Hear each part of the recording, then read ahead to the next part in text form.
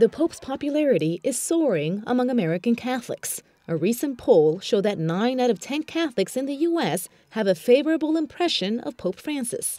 And this will definitely strike a high note when the Pope visits New York, Washington, D.C., and Philadelphia in late September. I think they're hearing the invitation of Pope Francis.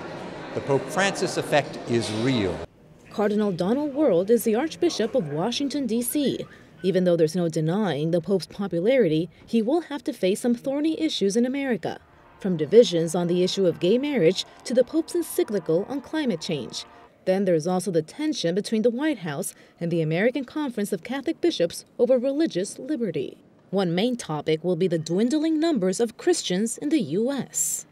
A recent study on the changing religious landscape in America shows that the number of adults who identify as Christian has dropped nearly 8 percentage points in just 7 years. And the number of Americans who describe themselves as atheist, agnostic, or nothing in particular has jumped from 16% to 22%. I hear that, I see that, but I don't see that among our young people today.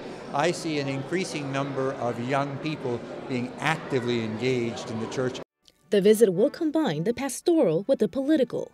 The Pope will lead the World Meeting of Families in Philadelphia to promote the role of the family unit.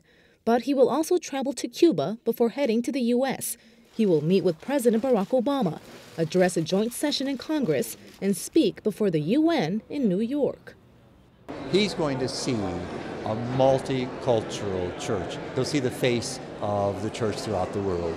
Catholics make up about 24% of the population in the U.S., which breaks down to roughly 78 million people. Interestingly, despite the decrease in Christianity, the number of American seminarians who will be ordained priests increased 25% when compared to last year. In 2015, 595 American seminarians are expected to become priests, which is up from 477 in 2014. Despite the dwindling numbers of Christians in the U.S., it is still the country with the most Christians in the world.